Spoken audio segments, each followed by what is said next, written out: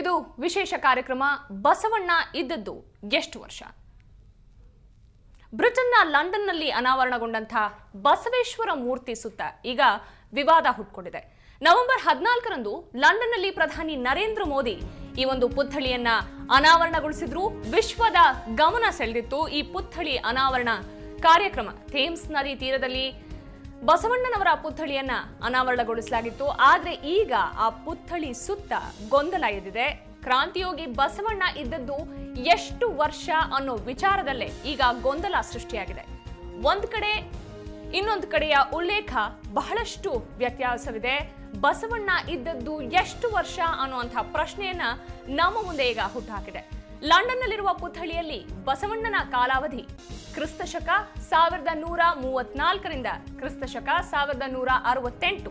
ಅಂದ್ರೆ ಬಸವಣ್ಣನವರು 34 ವರ್ಷ ಕಾಲ ಭೂಮಿ ಮೇಲೆ ಬಸವ ತತ್ವವನ್ನ ಪ್ರತಿಪಾದಿಸಿದ್ರು ಅನ್ನೋದು ಬ್ರಿಟನ್ನ ಪುತ್ಥಳಿ ಮೇಲಿರುವಂತಹ ಅಂಕಿಅಂಶ. ಆದ್ರೆ ನಾವು ಗೂಗಲ್ನಲ್ಲಿ ನೋಡೋದಾದ್ರೆ ಗೂಗಲ್ನ ದಾಖಲೆಯೇ ಬೇರೆ ರೀತಿಯಾದಂತಹ ಅಂಕಿಅಂಶವನ್ನ ನಮ್ಮ ಮುಂದೆ ಇಡುತ್ತೆ. ಬಸವಣ್ಣ ಅವರ ಕಾಲಾವಧಿ ಕ್ರಿಸ್ತಶಕ 1134ರಿಂದ ಕ್ರಿಸ್ತಶಕ 1196. ಅಂದ್ರೆ ಬಸವಣ್ಣ ಅವರು 62 ವರ್ಷಗಳ ಕಾಲ ಭೂಮಿ ಮೇಲೆ ಬಸವ ತತ್ವ ಸಾರಿದ್ದಾರೆ ಅನ್ನೋದನ್ನ ವಿಕಿಪೀಡಿಯಾ ಮತ್ತು ಗೂಗಲ್ ಹೇಳುತ್ತೆ. ಇನ್ನು ವಿಕಿಪೀಡಿಯಾದಲ್ಲಿರುವಂತಹ ದಾಖಲೆ ಕೂಡ ಗೂಗಲ್ನ ದಾಖಲೆಗಿಂತ ಭಿನ್ನವಾಗಿದೆ. ಅದರಲ್ಲೂ ಕೂಡ ಸಂಖ್ಯೆಗಳ ಡಿಫರೆನ್ಸ್ ಯಾವ ರೀತಿ ಇದೆ ಅಂತ ನಾವು ನೋಡ್ತೀವಿ. ಕ್ರಿಸ್ತಶಕ 1105ರಿಂದ ಕ್ರಿಸ್ತಶಕ 1167. ಇಲ್ಲೂ ಕೂಡ ವಯಸ್ಸು 60 ಅಂತ ಇದ್ರು ಕೂಡ ಯಾವ ವರ್ಷದಿಂದ ಯಾವ ವರ್ಷದವರೆಗೆ ಬಸವಣ್ಣನವರು ಇಲ್ಲಿ ಇದ್ರು ಅನ್ನೋದು ಬಹಳಷ್ಟು ಗೊಂದಲವನ್ನ ಸೃಷ್ಟಿಸುತ್ತೆ. ಹಾಗಾದ್ರೆ ಲಂಡನ್ನಲ್ಲಿ ಸ್ಥಾಪನೆಯಾದ ಪುತ್ಥಳಿಯಲ್ಲಿ ತಪ್ಪು ಕಾಲಾವಧಿ ದಾಖಲಾಗಿದೆಯಾ, ಇಲ್ಲ ಗೂಗಲ್ನಲ್ಲಿರುವಂತಹದ್ರಲ್ಲಿ ತಪ್ಪಾಗಿ ದಾಖಲೆಗಳಿದೆಯಾ, ಅಥವಾ ನಾವು ವಿಕಿಪೀಡಿಯಾ ನೋಡಿದಾಗ ಅಲ್ಲಿನ ಕಾಲಾವಧಿಯೇ ತಪ್ಪಾಗಿದೆಯಾ ಅನ್ನುವಂತಹ ಕನ್ಫ್ಯೂಷನ್ಸ್ ಡೆಫಿನೆಟ್ಲಿ ನಮ್ಮಲ್ಲಿ ಮೂಡುತ್ತೆ.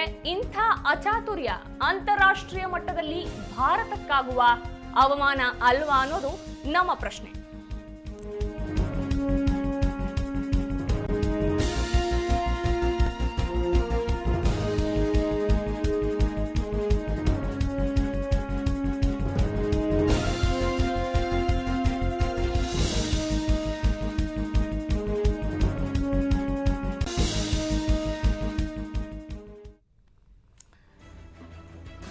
ಸಂಪೂರ್ಣ ಸ್ಪಷ್ಟವಾಗಿದೆ ನಿಮ್ಮ ಮುಂದೆ. ಇದು ಲಂಡನ್ನ ಥೇಮ್ಸ್ ನದಿ ತಟದಲ್ಲಿರುವಂತಹ ಬಸವಣ್ಣನವರ ಪುತ್ಥಳಿ. ಇದನ್ನ ನರೇಂದ್ರ ಮೋದಿ ಅವರು ಉದ್ಘಾಟನೆ ಮಾಡ್ತಾರೆ. ಬಸವೇಶ್ವರನ ಜನ್ಮ ದಿನಾಂಕ ನೀವು ಗಮನಿಸಬಹುದು. 1134ರಿಂದ 1168 AD. ಅಂದ್ರೆ ಕ್ರಿಸ್ತಶಕ 1134ರಿಂದ 1168 ಅನ್ನೋದನ್ನ ಇಲ್ಲಿ ಪುತ್ಥಳಿಯ ಕೆಳಗಡೆ ಉಲ್ಲೇಖಿಸಲಾಗಿದೆ. ಹಾಗಿದ್ರೆ ಲಂಡನ್ನ ಥೇಮ್ಸ್ ನದಿ ತೀರದಲ್ಲಿರುವಂತಹ ಈ ಪುತ್ಥಳಿಯ ಪ್ರಕಾರ ಬಸವಣ್ಣನವರು ಕೇವಲ 34 ವರ್ಷ ಭೂಮಿ ಮೇಲೆ ಬಸವ ತತ್ವ ಪ್ರತಿಪಾದನೆಯನ್ನ ಮಾಡಿರ್ತಾರೆ. ಇನ್ನು ಮತ್ತೊಂದು ವಿಂಡೋದಲ್ಲಿ ನೀವು ಗಮನಿಸಬಹುದು. ಇಲ್ಲಿ ಗೂಗಲ್ನಲ್ಲಿ ನೀವು ಗೂಗಲ್ನಲ್ಲಿ ಬಸವಣ್ಣ ಅಂತ ಟೈಪ್ ಮಾಡಿದ ತಕ್ಷಣ ಬರುವಂಥದ್ದು ಇದರಲ್ಲಿ ತೋರಿಸುತ್ತೆ. ಪೇಜ್ ಓಪನ್ ಮಾಡಿದ ತಕ್ಷಣ ಹುಟ್ಟು 1134 ಅಂತ, ಮತ್ತೆ ಅವರ ಅಗಲಿಕೆಯನ್ನ ನಾವಿಲ್ಲಿ ಗಮನಿಸಬಹುದು. ಕ್ರಿಸ್ತಶಕ 1196ರಲ್ಲಿ ಬಸವಣ್ಣನವರು ಕಾಲವಾಗ್ತಾರೆ ಅಂತ. ಆದ್ರೆ ಗೂಗಲ್ ಹೇಳೋ ಮಾಹಿತಿಯನ್ನ ನಂಬಬಹುದಾ? ಯಾಕಂದ್ರೆ ವಿಕಿಪೀಡಿಯಾ ಬೇರೆಯದ್ದೇ ಮಾಹಿತಿಯನ್ನ ನಮ್ಮ ಮುಂದೆ ಇಡುತ್ತೆ. ವಿಕಿಪೀಡಿಯಾದಲ್ಲಿ ಯಾವುದಕ್ಕೂ ಕೂಡ ನಾವು ಜ್ಞಾನದ ಒಂದು ಸೋರ್ಸ್ ಅಂತ ಅದನ್ನ ಕನ್ಸಿಡರ್ ಮಾಡಿ ಅದನ್ನ ನಂಬುವಂಥದ್ದಿದೆ. ಅದನ್ನ ನಾವು ನೋಡಿದಾಗ ಆ ವಿಕಿಪೀಡಿಯಾ ಕೊಡುವಂತಹ ಮಾಹಿತಿನೇ ಬೇರೆ. 1105 ಕ್ರಿಸ್ತಶಕ 1105ರಿಂದ ಕ್ರಿಸ್ತಶಕ 1167 ಬಸವಣ್ಣನವರ ಕಾಲಾವಧಿ ಅನ್ನೋದನ್ನ ವಿಕಿಪೀಡಿಯಾ ತೋರಿಸುತ್ತೆ. ಈ ರೀತಿ ಬಸವಣ್ಣನವರ ಮೇಲೆ, ಅವರ ಕಾಲಾವಧಿಯ ಮೇಲೆ ಬೇರೆ ಬೇರೆ ರೀತಿಯಾದಂತಹ ಸೋರ್ಸ್ಗಳಿಂದ ಬೇರೆ ಬೇರೆ ರೀತಿಯಾದಂತಹ ಮಾಹಿತಿ ನಮ್ಮ ಎದುರಿಗೆ ಸಿಗುತ್ತೆ. ಆದ್ರೆ ಯಾವ ಆಧಾರದ ಮೇಲೆ ಲಂಡನ್ನ ಥೇಮ್ಸ್ ನದಿ ತೀರದಲ್ಲಿ ಬಸವಣ್ಣನವರ ಕಾಲಾವಧಿಯನ್ನ ಕ್ರಿಸ್ತಶಕ 1134ರಿಂದ ಕ್ರಿಸ್ತಶಕ 1168 ಅಂತ ಉಲ್ಲೇಖಿಸಲಾಯಿತು? ಅದರಲ್ಲೂ ಭಾರತದ ಪ್ರಧಾನ ಮಂತ್ರಿ ಅವರಿಂದ ಅದನ್ನ ಉದ್ಘಾಟನೆಗೊಳಿಸಲಾಗಿದೆ. ರಾಜ್ಯ ಸರ್ಕಾರ ಮತ್ತು ಕೇಂದ್ರ ಸರ್ಕಾರ ಹಾಗೂ ನಮ್ಮ ಸಾಹಿತ್ಯ ವಲಯ, ನಮ್ಮ ಸಂಶೋಧನಾ ವಲಯ ಯಾವ ರೀತಿ ಮಹತ್ವವಾದ ಮಾಹಿತಿ ಕೊಡಬೇಕಾಗಿತ್ತು, ಬಸವಣ್ಣನವರ ಮೇಲೆ ಪರಿಪೂರ್ಣವಾದ ಮಾಹಿತಿಯನ್ನ ಕೊಡಬೇಕಾಗಿತ್ತು, ಅದರಲ್ಲಿ ಹಿಂದೆ ಬಿದ್ದು ಗೊಂದಲವನ್ನ ಸೃಷ್ಟಿಸೋದಕ್ಕೆ ಕಾರಣೀಕೃತವಾಗಿದೆ ಅನ್ನೋದನ್ನ ನಾವಿಲ್ಲಿ ಗಮನಿಸಬಹುದು.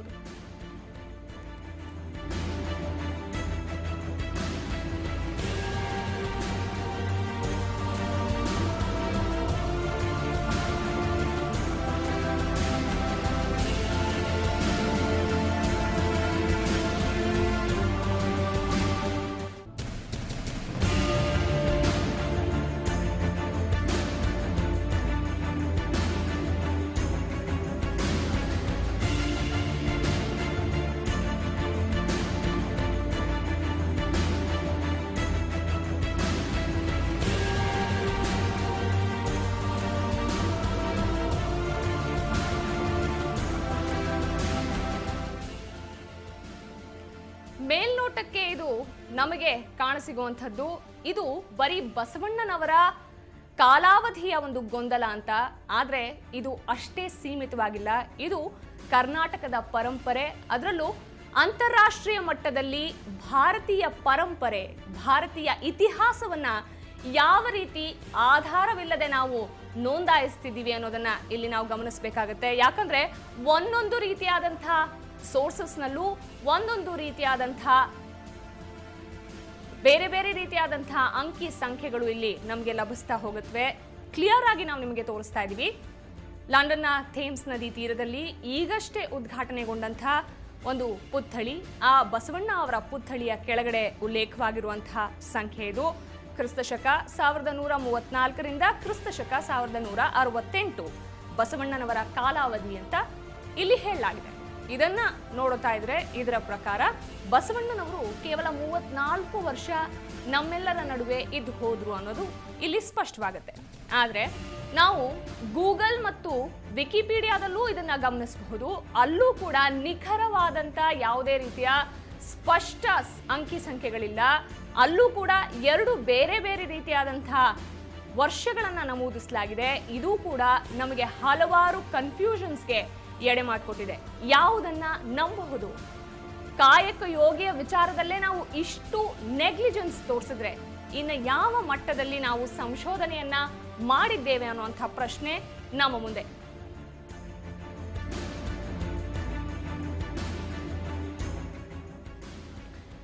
ಇವಾಗ ಇನ್ನಷ್ಟು ಮಾಹಿತಿ ಕೊಡ್ತಾರೆ ನವದೆಹಲಿಯಿಂದ ನಮ್ಮ ಪ್ರತಿನಿಧಿ ಪ್ರಶಾಂತ್ ನಾಥು. ಪ್ರಶಾಂತ್, ಪ್ರೈಮ್ ಮಿನಿಸ್ಟರ್ ನರೇಂದ್ರ ಮೋದಿ ಹೋಗಿದ್ರು, ಬಸವ ಪುತ್ಥಳಿಯನ್ನ ಅನಾವರಣಗೊಳಿಸಿದ್ರು. ಆದ್ರೆ ಅನಾವರಣಗೊಂಡ ಬೆನ್ನಲ್ಲೇ ಈಗ ಬಸವ ಇದ್ದಿದ್ದು ಎಷ್ಟು ವರ್ಷ ಅನ್ನುವಂಥ ಪ್ರಶ್ನೆ. ಬಸವಣ್ಣನವರ ಕಾಲಾವಧಿಯಲ್ಲೇ ತಪ್ಪು ಗ್ರಹಿಕೆ ಆಗಿದೆಯಾ? ಸಂಗೀತ, ಪ್ರಮುಖವಾಗಿ ಜಗಜ್ಯೋತಿ ಬಸವಣ್ಣನವರ ಒಂದು ಜೀವಿತ ಅವಧಿಯ ಬಗ್ಗೆ ಸಾಕಷ್ಟು ಬೇರೆ ಬೇರೆ ರಿಸರ್ಚ್ ಸ್ಕಾಲರ್ಸ್ಗಳು ಸಂಶೋಧನೆಯನ್ನ ಮಾಡಿದ್ದಾರೆ. ಈಗ ಲಂಡನ್ನಿನಲ್ಲಿ ಥೇಮ್ಸ್ ನದಿ ತೀರದಲ್ಲಿ ಏನೊಂದು ಬಸವ ಪುತ್ಥಳಿಯನ್ನ ಪ್ರತಿಷ್ಠಾಪಿಸಲಾಗಿದೆ. ಅದರಲ್ಲಿ 1938 to 64 ಅಂತಕ್ಕಂಥದ್ದನ್ನ ಹೇಳಲಾಗಿದೆ. ಸರಿಸುಮಾರು 32 ವರ್ಷಗಳ ಕಾಲ ಬಸವಣ್ಣನವರು ಬದುಕಿದ್ರು ಅಂತಕ್ಕಂಥದ್ದು ಬಸವ ಪುತ್ಥಳಿಯಲ್ಲಿ ಹೇಳಲಾಗಿರ್ತಕ್ಕಂಥ ದಿನಾಂಕ. 12ನೇ ಶತಮಾನದಲ್ಲಿ ಬಸವಣ್ಣನವರು ಬಿಜ್ಜಳ ಮತ್ತು ಕೂಡಲ ಸಂಗಮ ಇಲ್ಲಿ ತಮ್ಮ ಒಂದು ಕಾರ್ಯಗಳನ್ನ ಮಾಡಿದ್ರು ಅಂತಕ್ಕಂಥದ್ದು ಎಲ್ರಿಗೂ ಗೊತ್ತಿದೆ. ಆದ್ರೆ ನಿಖರವಾಗಿ ಆ ದಿನಾಂಕಗಳೇನು ಅಂತಕ್ಕಂಥದ್ರ ಬಗ್ಗೆ ಸಾಕಷ್ಟು ಗೊಂದಲ ಇದ್ದಾಗ ಇತ್ತೀಚೆಗಷ್ಟೇ ಹತ್ಯೆಗೈಯಲ್ಪಟ್ಟ ಸಂಶೋಧಕ ಡಾಕ್ಟರ್ ಎಂ ಕಲಬುರ್ಗಿ ಮತ್ತವರ ತಂಡ ಒಂದು ನಿಖರವಾಗಿರ್ತಕ್ಕಂಥ ವಿಸ್ತೃತವಾಗಿರ್ತಕ್ಕಂಥ ಸಂಶೋಧನೆಯನ್ನ ಮಾಡಿತ್ತು. ಬಸವಣ್ಣನವರು 62 ವರ್ಷಗಳ ಕಾಲ ಜೀವಿಸಿದ್ರು ಅಂತಕ್ಕಂಥದ್ದು ಕಲಬುರ್ಗಿ ಅವರು ಮಾಡಿರ್ತಕ್ಕಂಥ ಒಂದು ನಿಷ್ಕರ್ಷೆ. ಆ ಕಾರಣದಿಂದ ಅದನ್ನು ಹೆಚ್ಚು ಜನ ಒಪ್ಕೊಂಡಿದ್ರು ಮತ್ತು ಅದು ಸರಿಯಾಗಿರ್ತಕ್ಕಂಥ. ಪ್ರಶಾಂತ್, ನಾನು ನಿಮ್ ಜೊತೆ ಮತ್ತೆ ಮಾತಾಡ್ತೀನಿ. ಈಗ ಲಂಡನ್ನ ಲ್ಯಾಂಬರ್ತ್ ನಗರದ ಮಾಜಿ ಗವರ್ನರ್ ಡಾಕ್ಟರ್ ನೀರಜ್ ಪಾಟೀಲ್ ನಮ್ಮ ಜೊತೆ ದೂರವಾಣಿ ಸಂಪರ್ಕದಲ್ಲಿದ್ದಾರೆ. ಅಲ್ಲಿಂದಾನೇ ನಮಗೆ ದೂರವಾಣಿ ಸಂಪರ್ಕಕ್ಕೆ ಸಿಕ್ಕಿದ್ದಾರೆ. ಸರ್ ನಮಸ್ತೆ. ಹಲೋ. ನಮಸ್ತೆ. ನಮಸ್ಕಾರ ಮೇಡಮ್, ನಮಸ್ಕಾರ. ಈಗ ಬಸವಣ್ಣನ ಪುತ್ಥಳಿ ಲಂಡನ್ನ ಥೇಮ್ಸ್ ನದಿ ತೀರದಲ್ಲಿ ಅನಾವರಣವಾಗಿದ್ದು ನಾವೆಲ್ಲರೂ ಕೂಡ ಹೆಮ್ಮೆ ಪಡುವಂತ ವಿಚಾರ. ಆದ್ರೆ ಅಂಕಿ ಸಂಖ್ಯೆಗಳನ್ನ ನೋಡ್ತಾ ಇರ್ಬೇಕಾದ್ರೆ ಯಾವ ಆಧಾರದ ಮೇಲೆ, ಯಾವ ಸಂಶೋಧನೆಯ ಬೇಸಿಸ್ ಮೇಲೆ ಆ ಅಂಕಿ ಸಂಖ್ಯೆಗಳನ್ನ ನಮೂದಿಸಲಾಗಿದೆ? ಅಂದ್ರೆ ಬಸವಣ್ಣನವರ ಕಾಲಾವಧಿಯನ್ನ ಹೇಗೆ ಅಲ್ಲಿ ನಮೂದನೆ ಮಾಡಲಾಯಿತು? ಓಕೆ, ನೋಡ್ರಿ, ಬಸವಣ್ಣನವರ ಡೇಟ್ ಆಫ್ ಬರ್ತ್ ಏನಿದೆ ಅದ್ರ ಬಗ್ಗೆ ಜಾಸ್ತಿ ಡಿಬೇಟ್ ಏನಿಲ್ಲ, 1134. ಬಟ್ ಡೇಟ್ ಆಫ್ ಡೆತ್ ಏನಿದೆ ಅದು ಇವತ್ತಿನವರೆಗೂ ಮಿಸ್ಟ್ರಿನೇ ಇದೆ. ಏನಂತಂದ್ರೆ 1168 is the death of Basavanna ಅಂತಂತ ಒಂದು it is only a conclusion based on death of Bijjala. ಈಗ ಇವತ್ತಿಗೂ ಯಾರಿಗೂ ಗೊತ್ತಿಲ್ಲ ಬಸವಣ್ಣನವರು ಏನಾಯ್ತು ಕ್ರಾಂತಿ ಆದ ತಕ್ಷಣ.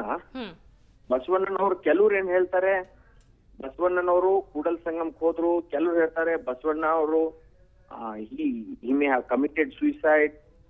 What happened, no one knows. It is a mystery totally. Okay. And ಯಾರಿಗೂ ಕೂಡ ಅದ್ರದ್ದು ಆನ್ಸರ್ ಕೊಡಕ್ ಸಾಧ್ಯನೇ ಇಲ್ಲ. ಸಿಂಪ್ಲಿ ನಾವು ಇವನ್ 10 ವರ್ಷ ಇಲ್ಲ 100 ವರ್ಷನೂ ನಾವು ಡಿಬೇಟ್ ಮಾಡಿದ್ರು ಕೂಡ ಈ ಕ್ವಶನ್ ಆನ್ಸರ್ ಇಲ್ಲ. It's A mystery. ರೈಟ್. ಈಗ ಸಾಮಾನ್ಯವಾಗಿ ನಮ್ಮ ರಿಲಯಬಲ್ ಸೋರ್ಸ್, ಒಬ್ಬ ಕಾಮನ್ ಮ್ಯಾನ್ ರಿಲಯಬಲ್ ಸೋರ್ಸ್ ಅಂದ್ರೆ ನಾವು ಗೂಗಲ್ ನ ನೋಡ್ತೀವಿ ಅಥವಾ ವಿಕಿಪೀಡಿಯಾ ನೋಡ್ತೀವಿ. ಆದ್ರೆ ದೊಡ್ಡ ಮಟ್ಟದಲ್ಲಿ ಈ ರೀತಿ ಪುತ್ಥಳಿ ಅನಾವರಣ ಅಂತ ಬಂದಾಗ ಬಹಳಷ್ಟು ರಿಸರ್ಚ್ ಗಳನ್ನ ನೀವು ರೆಫರ್ ಮಾಡಬೇಕಾಗತ್ತೆ. ಆದ್ರೆ ಇಲ್ಲಿ ಡಾಕ್ಟರ್ ಎಂ ಕಲಬುರ್ಗಿ ಅವರ ರೀಸೆಂಟ್ ರಿಸರ್ಚ್ ಪ್ರಕಾರ 62 ವರ್ಷ ಬದುಕಿದ್ದಾರೆ. ಅವರು ಕೂಡ 62 ವರ್ಷ ಅನ್ನೋದನ್ನ ಉಲ್ಲೇಖಿಸಿದ್ದಾರೆ ಅವರ ಸಂಶೋಧನೆಯಲ್ಲಿ. ಸೊ ಈ ನಿಮ್ಮ ರಿಸರ್ಚ್ ಅಂದ್ರೆ ಯಾವ ಸಂಶೋಧನೆಯನ್ನ ನಂಬಿ ಈ ಒಂದು ಉಲ್ಲೇಖವನ್ನು ಮಾಡಲಾಯ್ತು? ಯಾವ ರಿಸರ್ಚ್ ನ ನೀವು ಬೇಸಿಸ್ ಆಗಿ ತಗೊಂಡ್ರಿ ಅಂತ? ಓಕೆ, ಅದ್ ನಾನು ಹೇಳ್ತೀನಿ. ನಾನು ಯಾವ see the death of Bijjala coincides with the death of Basaveshwara. Okay. Because Basaveshwara did not live too many days after the death of Bijjala. The general consensus among most of the historians in Karnataka is that Basaveshwara did not live too long after Bijjala's death. So Bijjala's death 1168 ಅಂತ confirmed ಇದೆ. So Bijjala ತೀರ್ಕೊಂಡಿದ್ದು 6 ತಿಂಗಳು ವರ್ಷದ ಒಳಗಾಗಿ Basaveshwara also died ಅಂತ ಒಂದು consensus ಇದೆ. Okay, ಈಗ ನಾನು ಇನ್ನೊಂದು ಕೋಟ್ ಮಾಡೋಕೆ ಇಷ್ಟಪಡ್ತೀನಿ. ಒಂದು ವಚನ, ಬಸವ ಕಲ್ಯಾಣ ಶಿವ ಸದನವಾಯ್ತು 27 ವರ್ಷ ಅಂತ ಮಾತೆ ಮಹಾದೇವಿ ಅವರು ಹೇಳಿದ್ರು. ಅಂದ್ರೆ ಅದೊಂದು ವಚನ ಇದೆ. ಸೊ 27 ವರ್ಷ ಅವರು ಬಸವ ಕಲ್ಯಾಣದಲ್ಲಿದ್ರು, ಅಲ್ಲಿ ಬಸವ ತತ್ವವನ್ನ ಪರಿಪಾಲಿಸಿದ್ರು, ಅದನ್ನ ಪ್ರತಿಪಾದಿಸಿದ್ರು. ಅಂದ್ರೆ ಕೇವಲ ಒಂದು 5-6 ವರ್ಷ 7-8 ವರ್ಷ ಇದ್ದಾಗ ಅವ್ರು ನಿಜವಾಗ್ಲೂ ಅಂಥ ದೊಡ್ಡ ಕಾರ್ಯವನ್ನ ಮಾಡಿರ್ತಾರೆ ಅಂತ ಅನ್ಸುತ್ತಾ ನಿಮ್ಗೆ? ಈಗ ಅವರು 27 ವರ್ಷ ಬಸವ ಕಲ್ಯಾಣದಲ್ಲಿದ್ರು, ಬಸವ ತತ್ವವನ್ನು ಪ್ರತಿಪಾದನೆ ಮಾಡಿದ್ರು. 27 ವರ್ಷ 27 ವರ್ಷ ಅದೇ ಕಾಯಕದಲ್ಲಿ ನಿರತರಾಗಿದ್ರು ಅಂದ್ರೆ ಅವರ ವಯಸ್ಸು ಎಷ್ಟಿರಬಹುದು ಅದನ್ನ ಶುರು ಮಾಡಿದಾಗ? ಫಸ್ಟ್ ಅಂಡ್ ಫಾರ್ಮೋಸ್ಟ್ ಏನಂದ್ರೆ ಅವ್ರು 22 ವರ್ಷ ಸರ್ವಿಸ್ ಮಾಡಿದ್ರ ಅಂತ ಹೇಳ್ತಿರಲ್ಲ. there is no service register to prove that. Okay. See, it may be less than, it may not be 22 years. See, we are going back 1000 years. So we are going back 1000 years. So there is no historical record. So everything is everybody's assumption aste. It's everything. ನಿಮ್ಗೆ ನಾನು ಸ್ಪಷ್ಟವಾಗಿ ಹೇಳ್ತೀನಿ. See, the disappearance of Basaveshwara is a mystery, and it will always remain a mystery forever. Okay. And it's not going to. We must accept. ಅದೊಂದು mystery ಅಂತ accept ಮಾಡಿಕೊಂಡು ನಾವು ಹೋಗ್ಬೇಕೆ ಹೊರತು ಎಷ್ಟು ಡಿಬೇಟ್ ಮಾಡಿದ್ರು ಕೂಡ ಅದು ಬರೇ ನಮ್ದು ಡಿಬೇಟ್ ಆಗುತ್ತೆ, but you will never get an answer. So ನೀವು ಇದನ್ನ ಒಪ್ಕೊಳ್ತಾ ಇದ್ದೀರಾ, ಒಂದು ಅಸಂಪ್ಷನ್ ಮೇಲೆ ಮಾತ್ರ ಈ ಸಂಖ್ಯೆಗಳನ್ನ ನಮೂದಿಸಲಾಗಿದೆ ಅಂತ? ನಾನಲ್ಲ.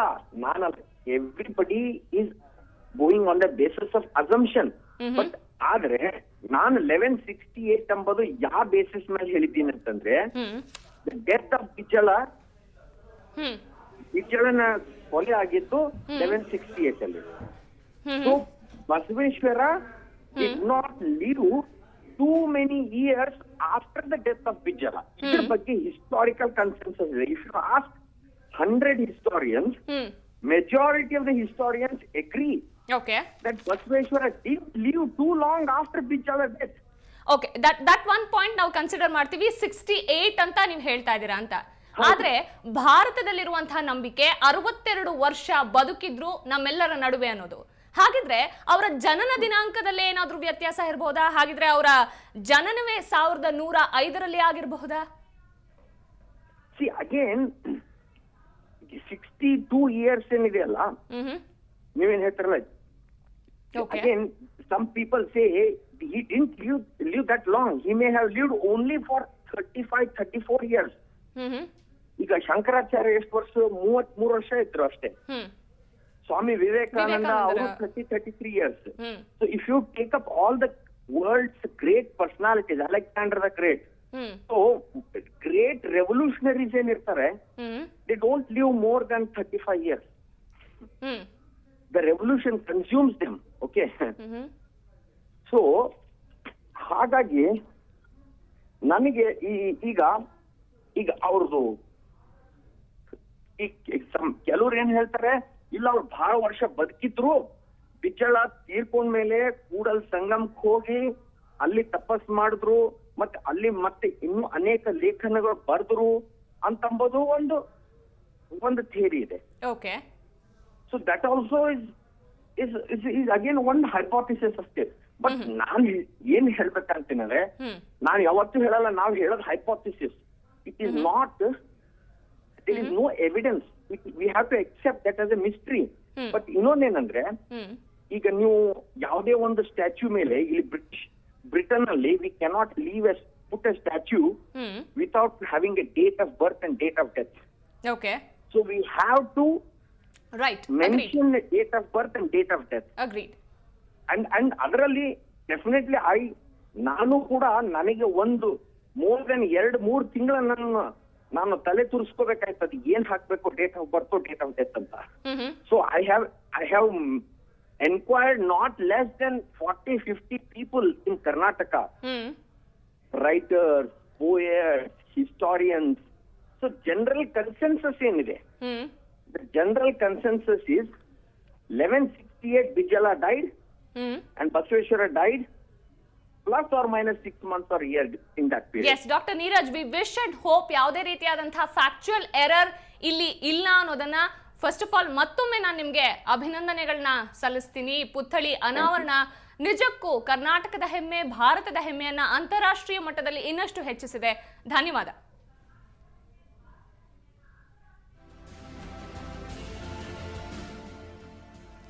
ಡಾಕ್ಟರ್ ನೀರಜ್ ಅವರು ಹೇಳಿರೋ ಪ್ರಕಾರ ಅವರು ಮಾಡಿರುವಂತಹ ಇಷ್ಟು ಸಂಶೋಧನೆ, ಅಂದ್ರೆ ಈ ಒಂದು ವರ್ಷವನ್ನ ಉಲ್ಲೇಖಿಸೋದಕ್ಕೆ ಅವರು 30ರಿಂದ 40 ಸ್ಕಾಲರ್ಗಳನ್ನ ಕನ್ಸಲ್ಟ್ ಮಾಡಿದ್ದಾರೆ ಅಂತ. ಹಾಗಿದ್ರೆ ಕರ್ನಾಟಕದಲ್ಲಿರುವಂತಹ ವಿದ್ವಾಂಸರು, ಸಂಶೋಧಕರು ಈ ಕುರಿತಾಗಿ ಏನ್ ಹೇಳ್ತಾರೆ? ನಿಜವಾಗ್ಲೂ ಬಸವ ಇದ್ದದ್ದು ಎಷ್ಟು ವರ್ಷ? ನಾವು ತಿಳ್ಕೊಳ್ಳೋಕೆ ಟ್ರೈ ಮಾಡ್ತೀವಿ ಒಂದು ಚಿಕ್ಕ ಬ್ರೇಕ್ನ ಬಳಿಕ.